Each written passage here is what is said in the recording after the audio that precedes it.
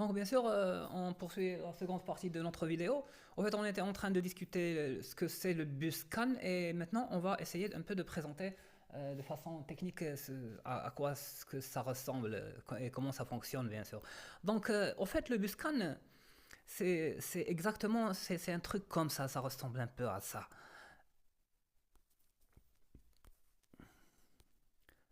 Donc ça ressemble un peu à ceci.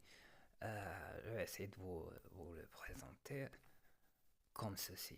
En fait, le Buscan, c'est des organes de voiture, voilà, ils ressemblent à ça, d'accord? Et un support à l'intérieur. En fait, le support, il ressemble à quoi? Il ressemble à un support où on transmet des signaux électriques, effectivement, avec c'est du can low et du can high. Can low, c'est à peu près, ça ressemble un peu à ceci. On va essayer maintenant de présenter avec les couleurs. Ça, c'est can low. Can low, par exemple, c'est un signal électrique comme ça. Et can high. Et puis can low, ça ressemblerait aussi à ceci. D'accord? Deux signaux. En fait, ces deux signaux, can low et can high, ils vont être traités, codés, codifiés, et ils vont donner bien sûr un signal qui ressemble à ça, qui va être partagé entre tous les organes de la voiture. En fait, lorsque vous avez... et chaque organe, bien sûr, il prendra l'information dont il a besoin, qu'il va transmettre, bien sûr, dans le reste des... c'est-à-dire dans le reste du système auquel il est raccordé, au fait.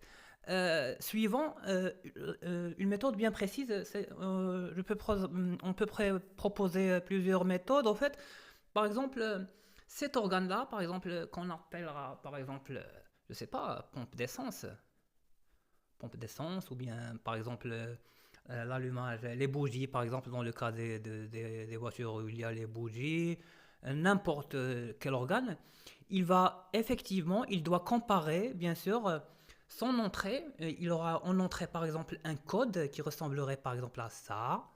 Lorsqu'il trouvera, bien sûr, cette information-là, il va automatiquement ouvrir, récupérer la portion du signal jusqu'à ce qu'il atteigne, par exemple, la signalisation de fin de signal qui lui correspond.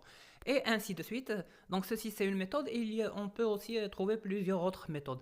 Donc en grosso modo, c'est comme ça que ça travaille le CAN. Mais sinon, pour chaque portion et pour chaque, c'est-à-dire processus, pour chaque process de récupération de signal, de transmission de signal, c'est tout un circuit électronique.